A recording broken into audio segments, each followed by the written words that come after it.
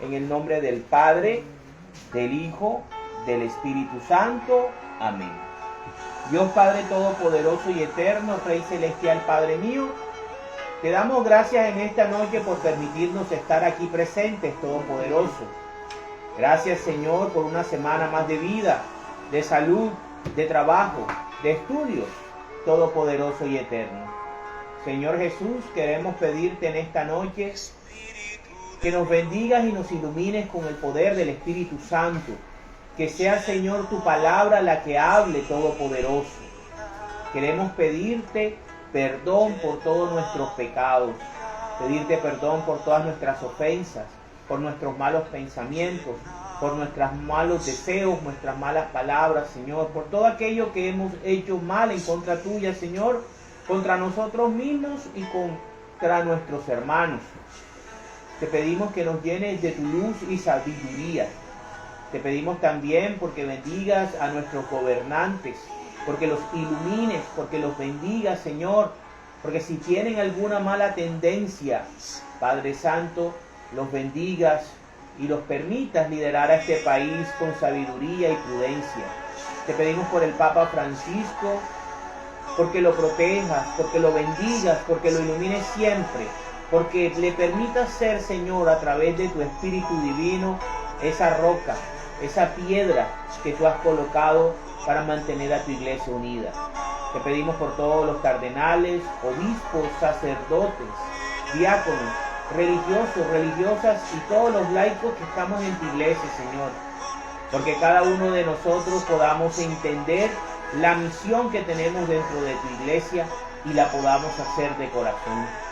Te pedimos también, Señor, por todas las guerras del mundo, por la de Ucrania, por la de Gaza, también, Señor, por todos los acontecimientos que traen tristeza, dolor, muerte en este mundo, Señor.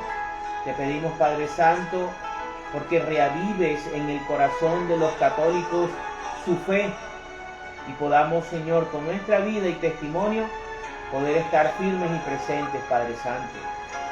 Santísima Virgen María, te pedimos que ruegues por nosotros, por toda la humanidad, Madre Santa, por lo que está sucediendo en este mundo, Madre. No te canses de rogar por nosotros y de trabajar por nosotros, la humanidad.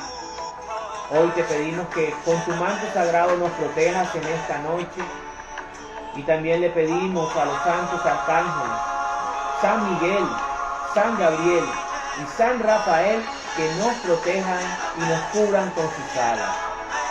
Ven, Espíritu Santo, en esta noche, sé tú el que habla a través de tu palabra y que este mensaje llegue a la mayor cantidad posible de personas y les ayude a fortalecer su fe. En el nombre del Padre, del Hijo, del Espíritu Santo. Amén. Bueno, capítulo número 16 del libro de Josué. Territorios de Efraín y Manasés, descendientes de José. El territorio que les tocó en suerte a los descendientes de José empezaba por el este en el río Jordán, a la altura de los manantiales de Jericó, y de allí se extendía por el desierto a lo largo de las montañas que van de Jericó a Betel. De Betel, es decir, Luz, pasaba por el territorio de los arquitas hasta Atarot. Luego se extendía hacia el oeste por el territorio de los jafleititas, hasta la frontera con Bet Orón, de abajo y hasta Geser. De allí salía al mar Mediterráneo. Las posesiones que recibieron las tribus de Manasés y Efraín, descendientes de José, fueron las siguientes. Los territorios de la tribu de Efraín. Los límites del territorio de los clanes de la tribu de Efraín se extendían al este de Atarot Adar hasta Bet Orón de arriba. De allí se extendían hasta el mar Mediterráneo.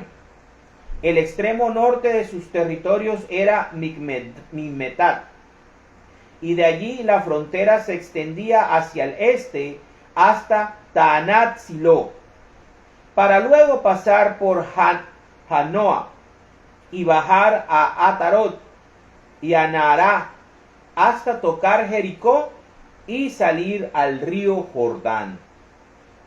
Desde Tapúa, la frontera se extiende hacia el oeste hasta el arroyo de Caná y el mar Mediterráneo. Este es el territorio que le tocó a la tribu de Efraín y que se repartió entre sus clanes. Hubo además algunas ciudades y aldeas dentro del territorio de la tribu de Manasés que les tocaron a los de Efraín. Pero los de la tribu de Efraín no echaron de Geser a los cananeos que allí vivían, sino que los dejaron vivir entre ellos, aunque los obligaron a pagarles tributo, y hasta la fecha los cananeos viven ahí. Palabra de Dios. Bueno, el capítulo número 16 del libro de Josué es un capítulo cortico, sencillo, donde en primera instancia comienza haciendo referencia a cuáles fueron los territorios que le tocaron a los descendientes o a los dos hijos de José que nacieron en Egipto, de una madre egipcia. ¿Sí? Estos dos hijos de José lo vienen a reemplazar a él y a la tribu de Leví en la distribución de la tierra. Efraín reemplaza a su padre José y Manasés viene a reemplazar a la tribu de Judá. Recordemos que a la tribu de Leví. Recordemos que la tribu de Leví es la tribu sacerdotal que no tiene herencia en tierra. Se les otorgó unas ciudades con el fin de que pudieran criar ciertos animales y pudieran tener cultivos. Pero la mayor dedicación del levita era el servicio al Señor. Específicamente los descendientes de Aarón, que eran los que podían ser sumos sacerdotes y sacerdotes. Estos hijos de José, por voluntad de Dios y de Jacob, de Israel, se convirtieron en hijos adoptivos de Israel. Por eso es que también tienen herencia en la repartición de tierras. Comenzamos entonces con Efraín. Efraín reemplaza a su padre José. Aquí hay algo que explicar de manera tanto humana como espiritual. Y fíjense que, como lo vamos a ver más luego, contribuyó a la historia profunda de Israel. Jacob tuvo dos mujeres. La esposa legítima para Dios era Lea. De Lea tuvo cuatro hijos. Rubén, Simeón, Leví y Judá. Y la otra esposa, la que realmente amaba a Jacob, llamado también Israel, era Raquel. Lía era la mayor y Raquel la menor. Pero Jacob amaba profundamente a Raquel porque era extremadamente hermosa. Creo que no he visto todavía que la Biblia exprese de manera explícita la belleza de una mujer diciendo que era hermosa de pies a cabeza. Entonces, imagínense la locura de amor que tenía Jacob o Israel por su segunda esposa. De ella surge como primogénito José y muere dando a luz a Benjamín, que es el último de los 12, el último de los 12 varones que tuvo Israel con 4 mujeres. Tuvo hijos con 4 mujeres, con Lea, con Raquel, con Bilha y con Zilpá. ¿Sí? De ahí salen los 12. También tuvo a Dina, que fue la única mujer entre los 12. Ok, ¿por qué hacemos este recuento? Porque Efraín viene a reemplazar a su padre José en la distribución de tierras y termina siendo el primogénito de Israel por parte de Raquel, la amada de Israel. Mientras que Judá termina siendo el primogénito por el lado de Lea, porque aunque biológicamente Rubén era el primogénito de Israel con Lea, este perdió la progenitura al cometer incesto con una de las 2 concubinas que habían sido mujer de su padre. ¿Sí? Entonces pierde la progenitura. Luego, Simeón y Leví, por ser violentos, por haber ido a matar a todos los hombres de Siquén, por la ira o por la rabia que les dio que el príncipe de Siquén hubiese violado a su hermana Dina, pierden también automáticamente la progenitura. Entonces, como Israel tiene 2 esposas y tiene 2 primogénitos, Dios dividió, bueno, el primogénito biológico era José. ¿Cómo? Ojo a esto, como Jacob o Israel tenía a 2 primogénitos de 2 mujeres diferentes, miren el problema, hasta en la Biblia sucede. Entonces, al primogénito en la antigüedad, en estos pueblos de Oriente, se le daba el sacerdocio de la casa y se le daba doble ración de herencia. Eso era una tradición. Se le daba al primogénito, el padre lo bendecía de estas 2 maneras. Le daba la bendición sacerdotal de la casa y le daba una doble ración de herencia, además de lo, o sea, aparte de lo que le daba a cada uno de los demás hermanos. ¿Sí? Esas eran las ventajas de ser el primogénito de una casa. ¿Sí? De una casa en Oriente Medio. Aquí, como hay una circunstancia, ¿qué hace Dios? Dios, por medio de Lea, que es para Dios la esposa legítima, porque es la primera, Dios el primogénito por el lado de Lea, que termina siendo Judá, lo bendice con el sacerdocio. Y con el sacerdocio viene la promesa del Mesías. Por eso estábamos viendo el capítulo pasado, el capítulo 15, cuando se le estaba dando el territorio a la tribu de Judá, la historia de Cristo.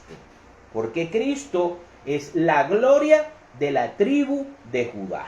Judá es en el que se cumple la promesa de Jacob de que es el cachorro de león que siempre va a tener el cetro, de Israel a través de la dinastía de David. ¿Sí?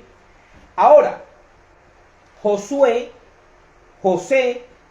tuvo 2 hijos. ¿Qué hace el Señor? El Señor, a través de Jacob, lo que hace es que Jacob adopta a sus 2 nietos nacidos en Egipto y por eso le reparte a Manasés y a Efraín, aunque Efraín, como lo vamos a ver ahorita, es el bendecido de Dios. Es el bendecido de Dios. Dios lo toma como primogénito. Le ocurre lo mismo que su abuelo. Recordemos que su abuelo, Israel o Jacob, eran mellos Esaú y Jacob. Esaú nace primero biológicamente y después Jacob. Pero Dios escoge a Jacob, no a Esaú. Y por medio de Jacob, la promesa de Abraham, de Isaac, pasa a Jacob, no a Esaú. Ok, miren toda esta trama novelesca bíblica. Entonces, ¿qué pasa? Al adoptar Jacob a sus dos nietos, ¿qué es lo que hace? Reemplaza a José y le da territorios o le da una doble herencia a José por medio de sus hijos. Entonces nacen las tribus de Efraín y Manasés. ¿Sí? Entonces el capítulo 16 nos habla acerca de esta tribu, que va a ser muy importante, la tribu de Efraín. Ahora hay que recordar que de la tribu de Efraín viene Josué, el líder actual de Israel. El líder actual, estoy hablando en el capítulo 16 que estamos estudiando, ¿sí? Es Josué, que ya está viejito, ya tiene años. Mientras que el representante de la tribu de Judá es Caleb. Ellos dos, la tribu de Efraín, representada por Josué, y la tribu de Judá, representada en en Caleb, fueron las únicas dos tribus que permanecieron fieles 40 años antes, 45 años antes, cuando Dios les dio la oportunidad de entrar a la tierra prometida a la generación que había salido de Egipto. De 12 espías que mandó Moisés, solamente las tribus de Efraín con Josué y de Judá con Caleb dieron un parte de fe y tenían la certeza de que Dios les podía dar la tierra prometida, así hubiese gigantes en esa tierra. Entonces veamos cómo los capítulos 15 y 16 de Josué nos está haciendo esta referencia. Y más adelante vamos a ver cómo cuando Israel como nación, después de la muerte de Salomón, se divide en estas dos naciones, o se divide en estas dos tribus. La tribu de Efraín, que se le va a conocer como el reino de Israel, con capital Samaria, y el reino del sur, o el reino de Judá, con capital Jerusalén, y que va a tener a las dos tribus, a la tribu de Benjamín y a la tribu de Judá. ¿Sí? Entonces, ahí vamos entendiendo el tramado histórico y de dónde procede todo esto. Otro punto importante que podemos ver del capítulo número 16 del libro de Josué son los últimos versículos, que nos habla acerca de cómo al adquirir estos territorios, la tribu de Efraín no fueron capaces de expulsar, ni de someter, ni de convertir verdaderamente a los cananeos que vivían ahí. Fracasaron. Y los dejaron vivir. ¿Con qué condición? Con la condición que estos cananeos les tributaran. Esto los va a llevar a desarrollar una relación que los va a contaminar espiritualmente y los va a llevar a lo largo de los siglos en una idolatría que va a fragmentar a la nación y al pueblo de Dios en dos. Israel, o el reino del norte, y Judá, o el reino de Judá, o reino del sur. Ok, listo. Entonces no caigamos en cuenta, o sea, no perdamos en cuenta que cuando tú desobedeces las órdenes de Dios, haces lo que quieres, como quieres, entonces hay consecuencias espirituales. La tribu de Efraín era la tribu preferida por Dios y por Israel, porque era la tribu que descendía de José. Pero esta tribu que había generado a Josué, porque de la tribu de Efraín sale Josué, termina sucumbiendo ante las ganas de obtener riquezas por medio del tributo de esos cananeos que ellos dejan vivir. Y comienzan a convivir con el paganismo, con la idolatría, con las costumbres malignas, que los va a ir a lo largo de los siglos contaminando hasta que los termina alejando del Dios verdadero.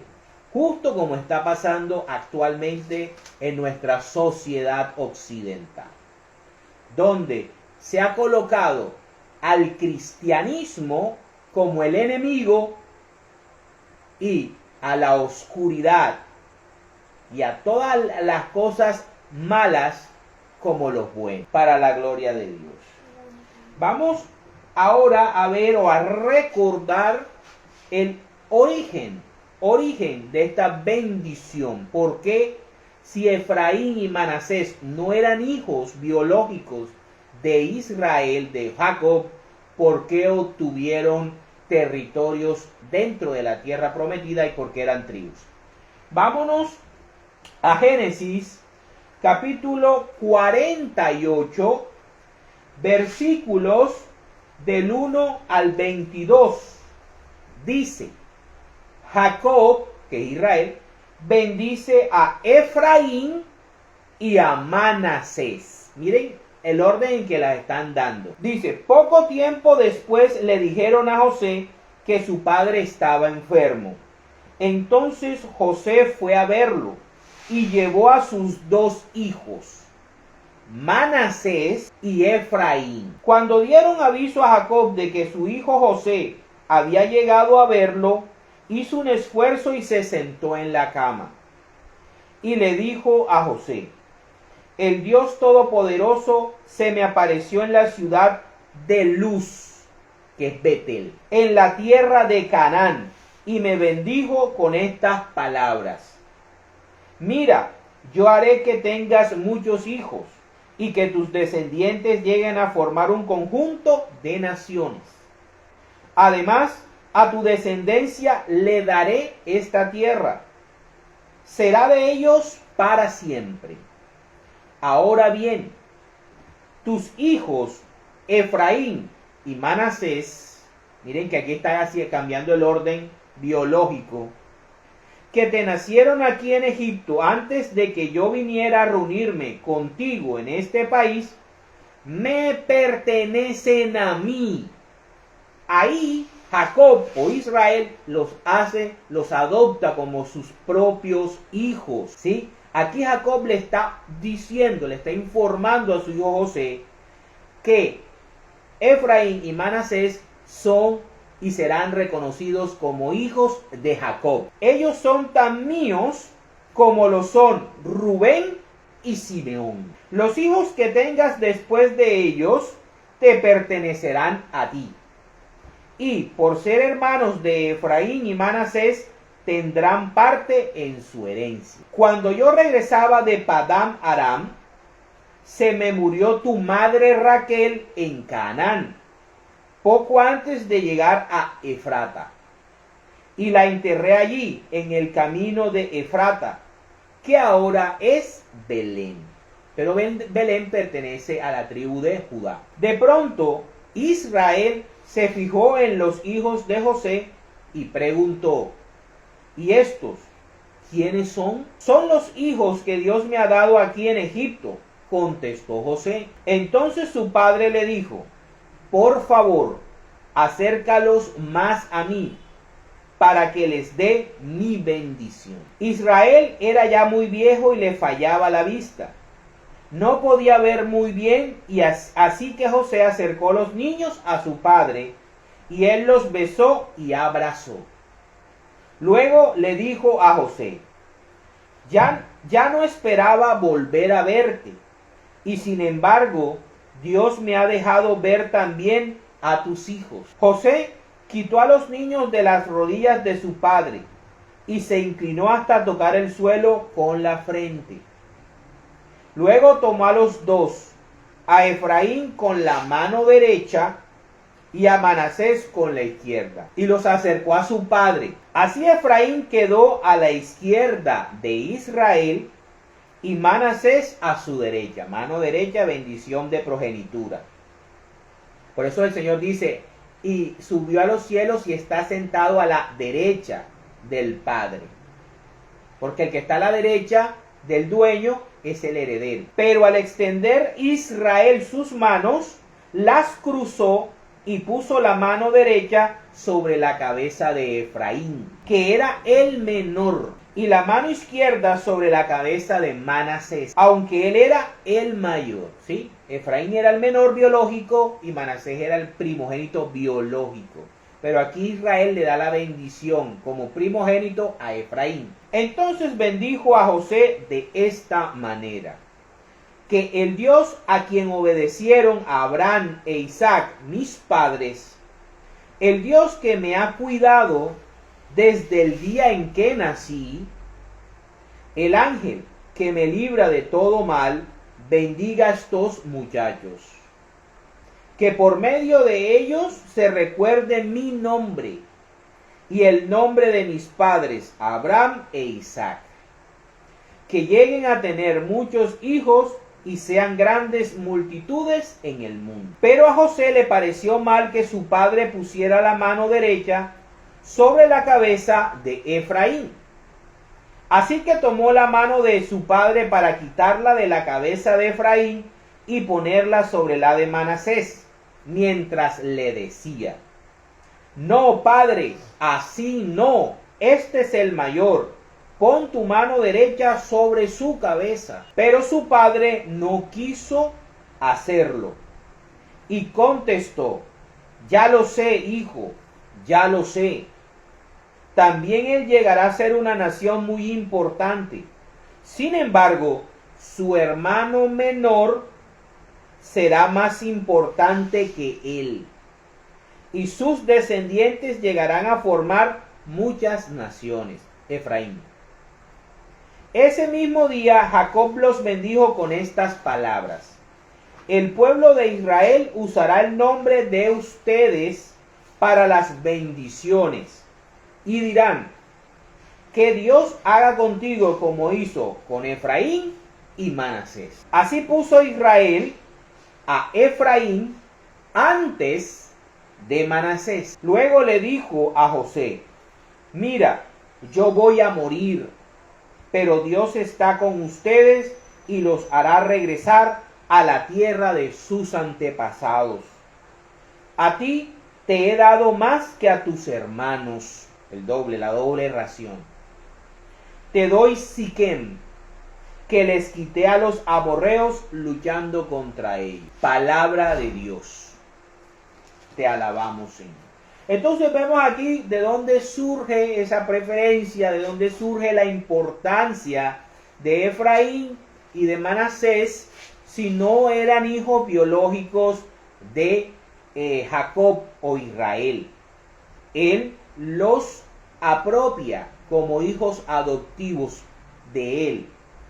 Y se cuenta dentro de las tribus a Efraín reemplazando a su padre José y a Manasés reemplazando a Leví.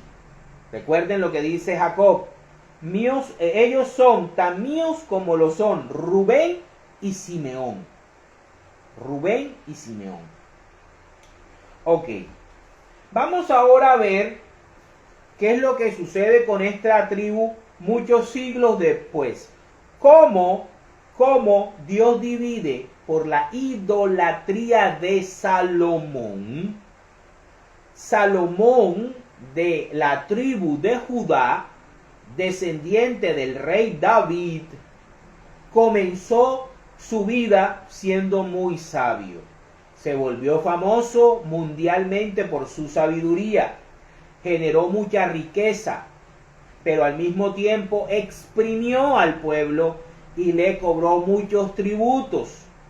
Tuvo muchísimas mujeres de muchas nacionalidades y se dejó llevar por los placeres, la lujuria y la idolatría. Y eso llevó a que Israel se dividiera en dos. Vamos a verlo. Vámonos a Primera de Reyes, capítulo 12, versículos del 1 al 24. Y vamos a ver en qué o cómo se divide Israel. Dice, la división del reino. Roboam fue a Siquem. Ojo a esto. ¿Qué fue lo que le dio Jacob? ¿Qué fue lo que le dio Jacob a José y a sus descendientes cuando los bendijo en Génesis? Le dio Siquem. Una de las ciudades importantes dentro del territorio de Efraín es Betel. Y Jacob comienza su discurso de bendición ante José, hablando acerca de su encuentro con Dios en Betel, en Luz, la ciudad Luz. Y aquí vemos cómo empieza la división del reino diciendo que Roboam fue a Siquem, porque todo Israel había ido allá para proclamarlo rey, en vez del hijo de Salomón, que supuestamente era el que debía reinar en Israel por digamos que reemplazando a su papá, ¿no? Pero lo supo Jeroboam. Roboam no es no es descendiente de David, no es descendiente de Salomón.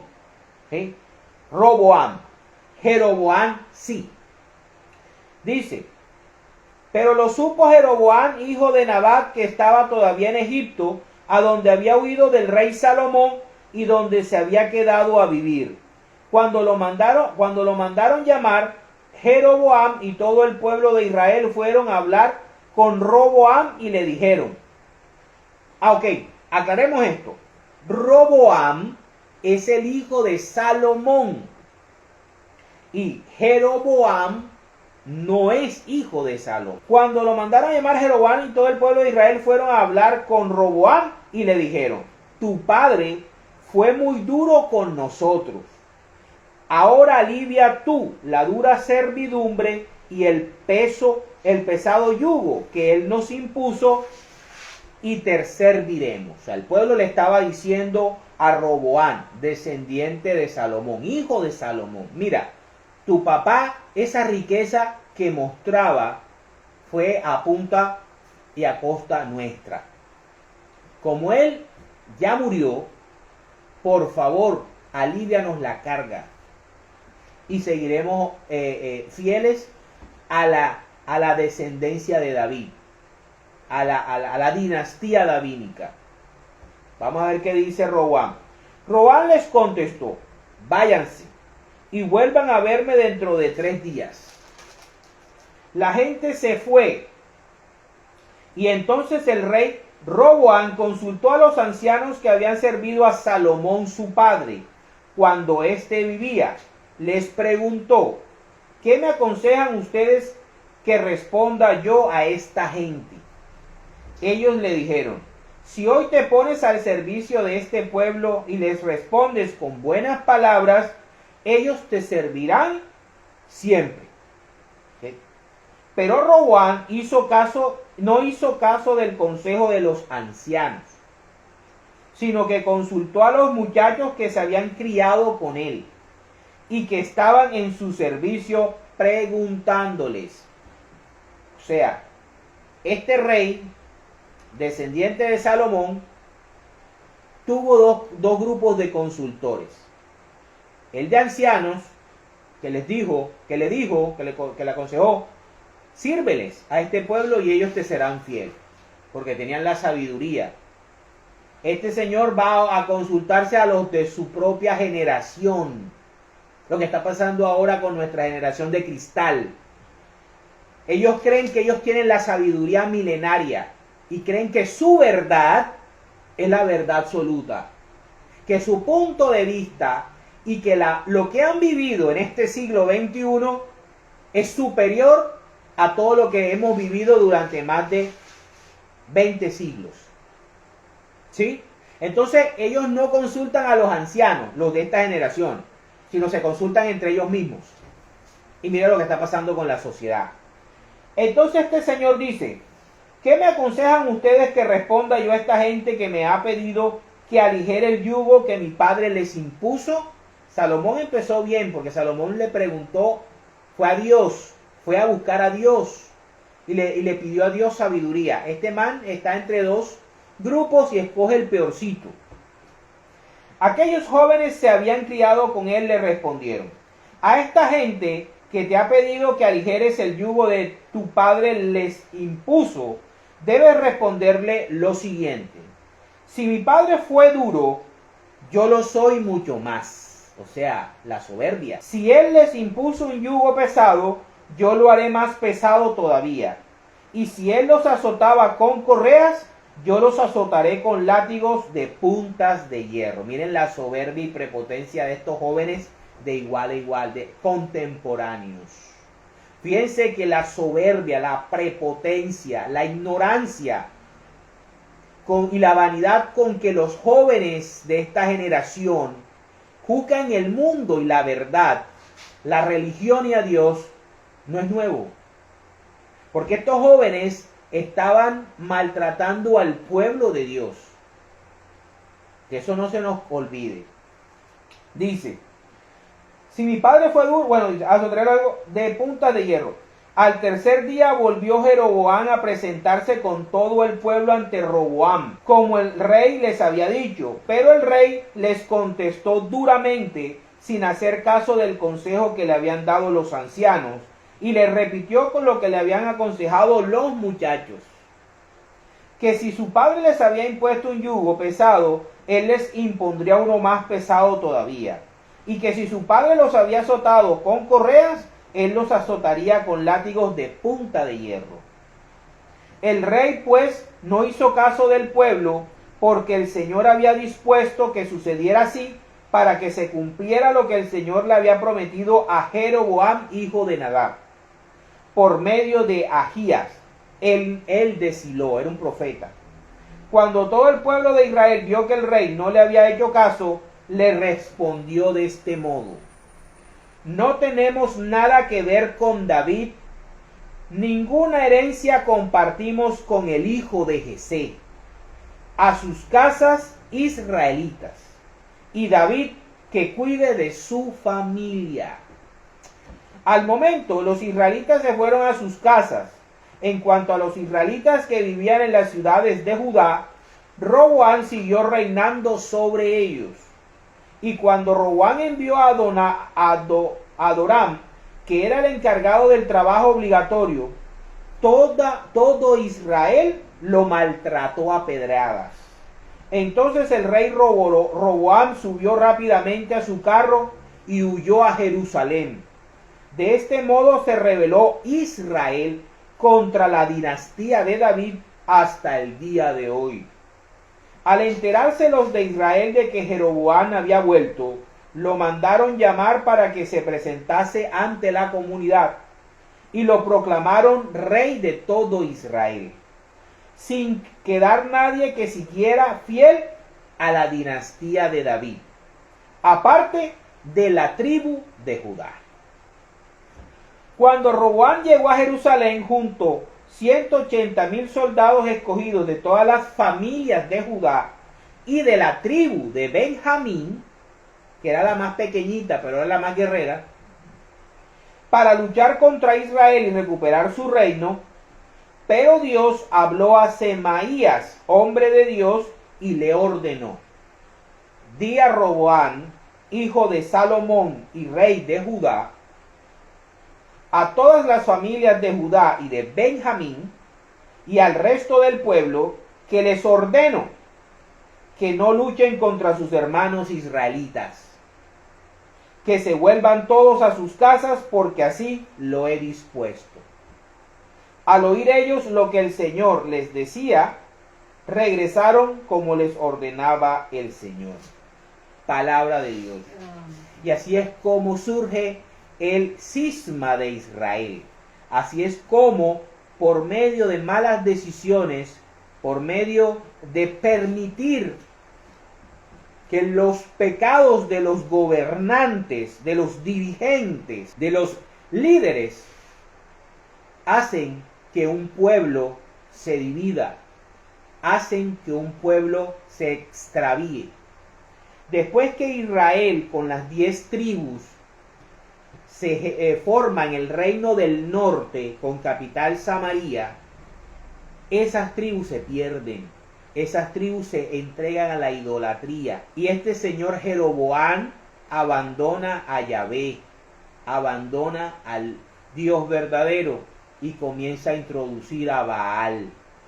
Y durante varios siglos se forma la gran idolatría, que termina con la invasión de el imperio asirio, que los deporta a todos y los lleva allá a Siria, a Nínive, ¿verdad? A Ecbatana, a Media, a Susa, a todos esos territorios, y ahí es donde las 10 tribus de Israel se pierden. Ok, vamos a ver ahora que hay una profecía que habla de que Israel se debe volver a reunificar, que esta división no iba a ser eterna y que en algún punto Efraín se iba a volver otra vez con Judá e iban a ser nuevamente Israel. Vámonos a el profeta Ezequiel. Ezequiel capítulo 37, versículos del 15 al 28. Del 15 al 28. La reunificación de Judá e Israel. Dice: el Señor se dirigió a mí y me dijo: toma un palo y escribe en él: Judá y sus aliados israelitas. Toma luego otro palo y escribe: José, representado por Efraín. Fíjense que lo que dije al principio no era mentira. Efraín representa a su padre José como primogénito de Israel, que hace parte de la doble ración que recibe José territorialmente, por herencia. ¿Sí? Y todos sus aliados del resto de Israel. Enseguida, júntalos en tu mano el uno con el otro, de manera que formen uno solo. Cuando tus compatriotas te digan: explícanos lo que esto significa, diles: esto dice el Señor. Voy a tomar el palo de José, que está en manos de Efraín y de las demás tribus aliadas de Israel, y lo voy a juntar con el palo de Judá, para convertirlos en un solo palo en mis manos. ¿Dónde se cumple realmente y espiritualmente esta profecía? En los 12 apóstoles de Jesucristo, en la iglesia naciente de Cristo. En la iglesia Israel se unifica, no de manera política, no de manera física, sino espiritual. Dice: ten en tu mano a la vista de ellos los 2 palos sobre los cuales escribiste. Luego diles: esto dice el Señor: voy a sacar a los israelitas de entre las naciones a donde han ido a parar. Los reuniré de todas partes y los haré volver a su tierra. Esto también es histórico. Haré de ellos una sola nación en este país, en los montes de Israel, y tendrán un solo rey, Cristo. No volverán a estar divididos en 2 naciones, ni separados en 2 reinos. Tampoco volverán a marcharse adorando ídolos repugnantes, ni cometiendo toda clase de pecados. Yo los libraré de las infidelidades que han cometido y los limpiaré de sus pecados. Esto sucede con Jesucristo. Jesucristo es el que unifica a Israel. ¿En dónde? En los 12 apóstoles. En los 12 apóstoles. Los 12 apóstoles es la representación de todo Israel. escogido por Cristo como Rey de Israel, y los unifica. Y a partir de esa unificación espiritual renovada, genera un nuevo pueblo que no solamente va a tener a los israelitas, sino que va a tener a los gentiles, a los griegos, a los romanos y a todos los pueblos que acepten el cristianismo. Ok, ellos serán mi pueblo y yo seré su Dios. Fíjense que están los sacramentos de la confesión y el sacramento del bautismo. Mi siervo David será el rey y único pastor de todos ellos. Eso sucede en la persona de Jesucristo. Y ellos me obedecerán y cumplirán mis leyes y decretos. Vivirán en el país que di a mi siervo Jacob, donde también vivieron sus antepasados. Allí vivirán siempre ellos y sus hijos y todos sus descendientes. Y mi siervo David será siempre su jefe. ¿Cómo será David jefe de ellos para siempre? En la persona de Cristo. Haré con ellos una alianza para asegurarles una vida tranquila. ¿Qué es lo que Cristo hace en la última cena? Establece una alianza con su sangre. Y cuando resucita, visita a los apóstoles, a los 12, y lo primero que hace es que les dice: la paz les doy. ¿Sí? Y lo hace 2 veces. Ok. Será una alianza eterna. Miren que estoy hablando de Jesucristo, no estoy hablando del Israel político ni del Israel de Netanyahu. Netanyahu no es el rey David. ¿Sí? Es un personaje bastante siniestro. Bastante siniestro ese señor. Y los que están detrás de él apoyándolo. Pero, sí es Cristo. Cristo es el David eterno. ¿Sí? Será una alianza eterna. Haré que aumenten en número y para siempre pondré mi nombre, mi santo templo en medio de ellos. ¿Quién es el santo templo? Cristo. Derriben este templo y en 3 días lo reconstruiré. ¿De qué está hablando Jesús? De su cuerpo. ¿Dónde está el cuerpo de Jesús? En el Santísimo.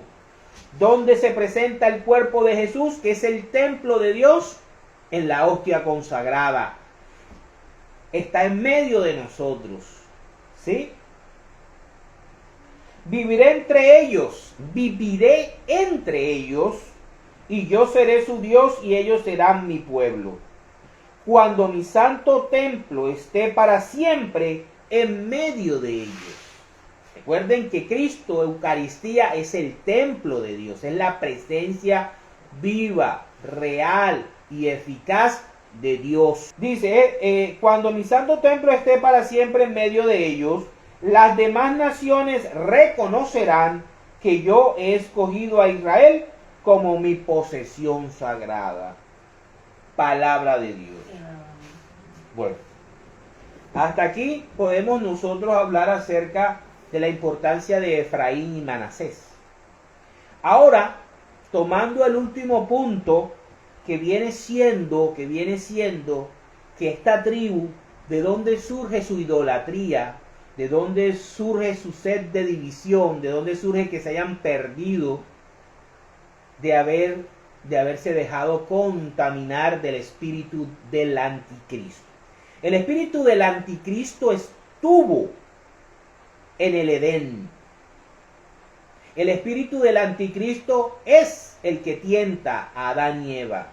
Por el espíritu del anticristo, la humanidad sufre hasta el día de hoy los horrores del pecado, de la muerte. Vamos a ver cómo el cristiano, el católico, va en contra de ese espíritu del anticristo. Y cómo nosotros, desde el día de nuestro bautismo, estamos condenados a ser llamados y tratados como los locos. Vámonos a 1 de Corintios, capítulo 2, versículos del 1 al 16. Todo el capítulo dice: el mensaje acerca de Cristo crucificado. El mensaje que expresa Pablo y que está en las Escrituras es del Cristo crucificado, el Cristo de el católico, no el de Lutero, no el de la prosperidad, no el del bacano, el del chévere, el man está vivo, no. Es del Cristo crucificado. Y dice, pero hermanos, cuando yo fui a hablarles del designio secreto de Dios, lo hice sin hacer alardes de retórica o de sabiduría. Y estando entre ustedes, no quise saber de otra cosa, sino de Jesucristo. Y más estrictamente de Jesucristo crucificado. Fíjense cómo Pablo es católico. Cómo Pablo le expresa a los corintios: mi única verdad es Cristo crucificado. No otro Cristo. Ni el Cristo mormón. Ni el Cristo de Lutero. Ni el de Wesley. Ni el de Spinoza. Es el Cristo de Pablo. Y el Cristo de Pablo es el Cristo crucificado. Me presenté ante ustedes débil y temblando de miedo. Y cuando les hablé y les prediqué el mensaje, no usé palabras sabias para convencerlos. Al contrario, los convencí haciendo demostración del Espíritu y del poder de Dios, para que la fe de ustedes dependiera del poder de Dios y no de la sabiduría de los hombres. Lo que yo creo, lo que yo pienso, lo que yo me imagino, eso no le interesa, no nos debe interesar a nosotros. A nosotros nos debe interesar lo que la iglesia ha enseñado por 2000 años, en verdad y en costumbres, para nuestra salvación. Dice, Dios da a conocer en secreto, Dios da a conocer sus secretos por medio del Espíritu. ¿Cuál Espíritu? El Espíritu Santo. Dice, sin embargo, entre los que ya han alcanzado la madurez en su fe, si usamos palabras de sabiduría, pero no se trata de una sabiduría propia de este mundo, ni de quienes lo gobiernan, los cuales ya están perdiendo su poder. Se trata más bien de la sabiduría oculta de Dios, del designio secreto que Él, desde la eternidad, ha tenido para nuestra gloria. Esto es algo que no han entendido los gobernantes del mundo presente, pues si lo hubieran entendido no habrían crucificado al Señor de la gloria. Pero, como se dice en la Escritura, Dios ha preparado para los que lo aman cosas que nadie ha visto ni oído, y ni siquiera pensado. Estas son las cosas que Dios nos ha hecho conocer por medio del Espíritu, pues el Espíritu lo examina todo, hasta las cosas más profundas de Dios, el Espíritu Santo. ¿Quién entre los hombres puede saber lo que hay en el corazón del hombre, sino solo el Espíritu que está dentro del hombre? De la misma manera, solamente el Espíritu de Dios sabe lo que hay en Dios. Y nosotros no hemos recibido el espíritu del mundo, el espíritu del anticristo, sino el Espíritu que viene de Dios, para que entendamos las cosas que Dios en su bondad nos ha dado. Por ejemplo, la Eucaristía, su presencia real en la Eucaristía. Una persona que no es espiritual, una persona que no tiene catequesis, cree que es una tontería, que es una locura de nosotros los católicos. Aquellos que no tienen el Espíritu Santo no pueden entender el sacramento de la confesión. No lo entienden, ¿sí? No lo creen necesario. Aquellos que no tienen el Espíritu de Dios no pueden entender el sacramento del bautismo en los niños. No lo entienden. No entienden el sacramento del matrimonio y su indisolubilidad. No entienden el orden sacerdotal. ni el voto de celibato, porque todo esto es espiritual. Y el que no es espiritual ni tiene el Espíritu de Dios, no lo entiende.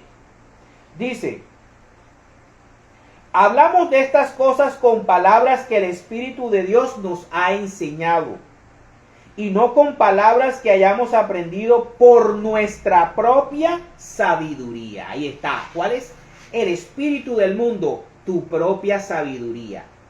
Tú eres lo que tú te sientas, te dice el mundo. Tu autopercepción. Si yo me autopercibo mujer, me tienen que tratar como mujer. Si yo me autopercibo perro, me tienen que tratar como perro y me tienen que llamar como perro, porque si no están violando mis derechos. Estupideces del mundo. Así explicamos las cosas espirituales con términos espirituales. El que no es espiritual no acepta las cosas que son del Espíritu de Dios. Obra es del Espíritu Santo el bautismo de los niños. Obra es del Espíritu Santo la conversión, la transustanciación de la hostia en cuerpo real, cuerpo y sangre de Cristo. Obra del Espíritu Santo es el perdón de los pecados por medio de la absolución del sacerdote. Obra es de Cristo y obra del Espíritu Santo proteger el celibato de nuestro sacerdote. Y tampoco, el que no es espiritual no acepta las cosas que son del Espíritu de Dios, porque para él son tonterías. Creer en Dios es tonto, seguir una religión es tonta, ir a misa es tonto, ser fiel al matrimonio es tonto, el sacerdote que no tiene mujer y no se casa es tonto, rezar el rosario es tonto, etcétera, etcétera, ¿verdad? Y tampoco las pueden entender porque son cosas que tienen que juzgarse espiritualmente. Pero aquel que tiene el Espíritu puede juzgar todas las cosas y nadie lo puede juzgar a él. Pues la Escritura dice, ¿quién conoce la mente del Señor? ¿Quién podrá instruirle? Sin embargo, nosotros tenemos la mente de Cristo. Palabra de Dios. Entonces aquí podemos ver cómo cuando nos bautizamos, cuando estamos dentro de la iglesia, cuando nosotros tenemos un camino cristiano, cuando nosotros estamos dentro de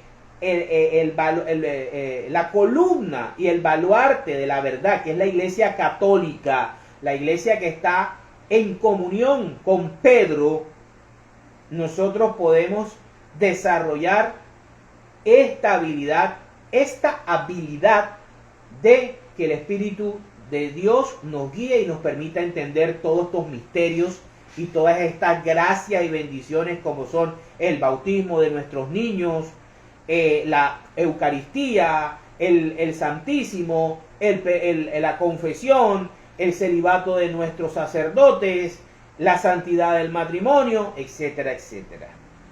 Ahora vamos a ver la otra parte. Vamos a ver el espíritu del mundo. Vamos a ver al espíritu del anticristo, que no es nuevo, que no es de estos años, que no es de esta generación de cristal. Viene desde la misma salida de Adán y Eva del Edén. Vámonos a segunda de Tesalonicenses, capítulo 2, versículos del 1 al 12. Dice, aclaraciones sobre el regreso del Señor. Ahora, hermanos, en cuanto al regreso de nuestro Señor Jesucristo y a nuestra reunión con Él, les rogamos que no cambien fácilmente de manera de pensar, ni se dejen asustar por nadie que diga haber tenido una revelación del Espíritu. Y ya sabemos muchas religiones y sectas que han salido de hombres o mujeres que han salido con estos cuentos chimbos. O haber recibido una enseñada dada de palabra o por carta, según la cual nosotros habríamos afirmado que el día del regreso del Señor ya llegó, el famoso rapto. No se dejen engañar de ninguna manera, pues antes de aquel día tiene que venir la rebelión contra Dios. Ya la estamos viviendo, ya la estamos viendo. Cuando aparecerá el hombre malvado, el que está condenado a la perdición. Hemos creído durante muchos siglos que el anticristo es un personaje, una persona en específico. No es una persona, es un tipo de persona. Es un tipo de pensamiento. Es un tipo de ser.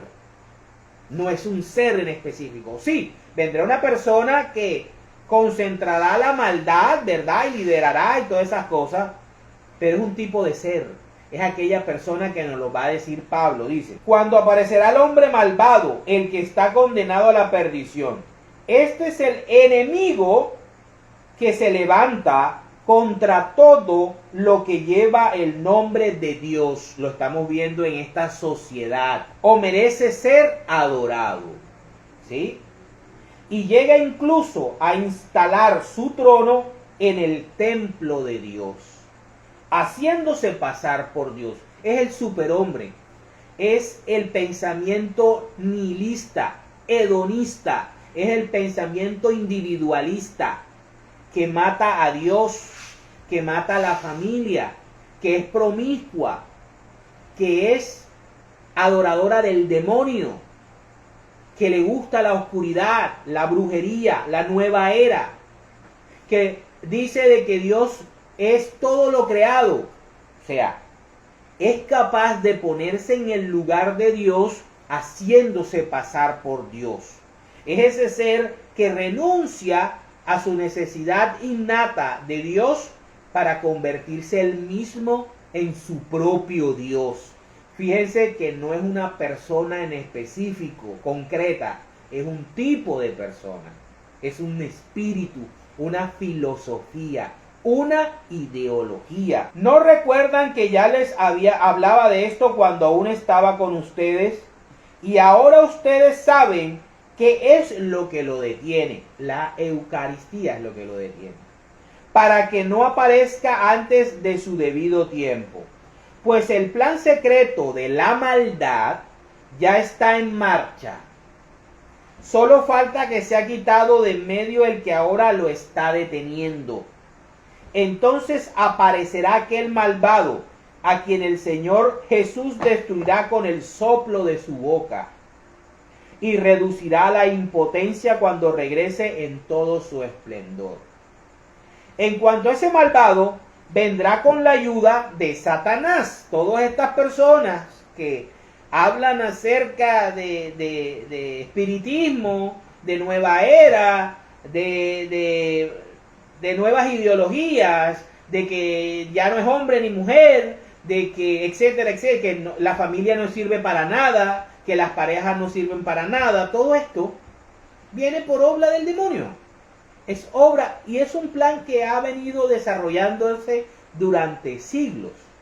¿Sí? Dice, con ayuda de Satanás llegará con mucho poder y con señales y milagros falsos. Y usará toda clase de maldad para engañar a los que vayan a la condenación. Porque no quisieron aceptar y amar la verdad para recibir la salvación. Por eso Dios deja que el error los engañe y que crean en la mentira, a fin de que sean condenados todos los que no han querido creer en la verdad, sino que se complacen en la maldad. Palabra de Dios. Para terminar, vamos a ver el gran conflicto que siempre ha existido entre los que escogen a Dios y hacer la voluntad de Dios y los que escogen el mal y les gusta hacer el mal.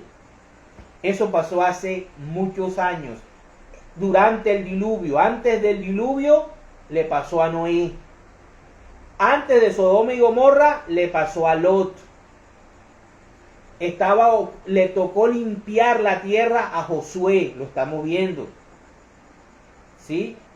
Miren, siempre ha existido esa lucha y siempre el malvado se ha vendido como que ellos son los que tienen que vivir y que el que estorba es el bueno.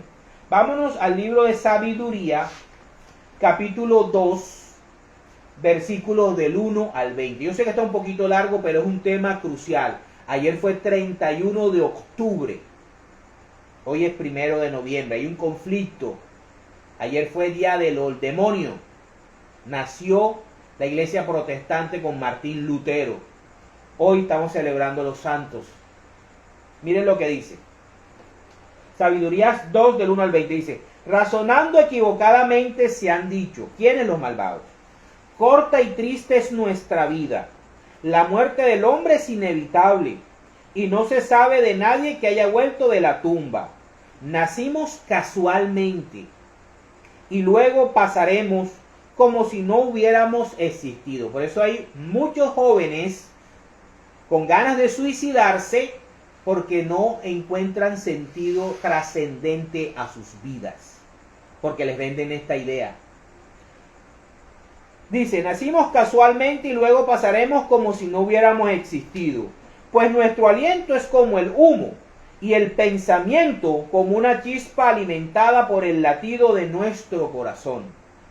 Cuando esta chispa se apague, el cuerpo se convertirá en ceniza y el espíritu se desvanecerá como aire ligero. Esa es la teoría atea. Con el paso del tiempo nuestro nombre caerá en el olvido y nadie recordará nuestras acciones. Nuestra vida pasará como el rastro de una nube y se desvanecerá como neblina, perseguida por los rayos del sol y vencida por su calor. Nuestra vida es como el paso de una sombra. Cuando llega nuestro fin, no podemos regresar. El destino del hombre queda sellado. Nadie puede ya volver atrás. Por eso, disfrutemos de los bienes presentes. Olvídate de la vida eterna. Olvídate de la nueva Jerusalén. Olvídate de las promesas de Jesús. Olvídate de la resurrección gloriosa. Por eso disfrutemos de los bienes presentes y gocemos de este mundo con todo el ardor de la juventud. Embriaguémonos del vino más costoso y de perfumes, hedonismo puro. No dejemos pasar las flores de la primavera, o sea, las mujeres jóvenes. Coronémonos de rosas antes de que se marchiten. Que en nuestras orgías no falte ninguno de nosotros, ¿sí? Dejemos por todas partes huellas de nuestra alegría. Eso es vivir. Para eso estamos aquí. Aplastemos al hombre honrado que no tiene dinero. No tengamos compasión de la viuda, ni respetemos las canas del anciano. ¿Qué hizo Roboam? No respetó la sabiduría de sus ancianos, se fue por los jóvenes. Que la fuerza sea para nosotros la norma de justicia, ya que la debilidad no sirve para nada. Los niños no deseados, abortémoslos. Los ancianos, apliquémosle la eutanasia.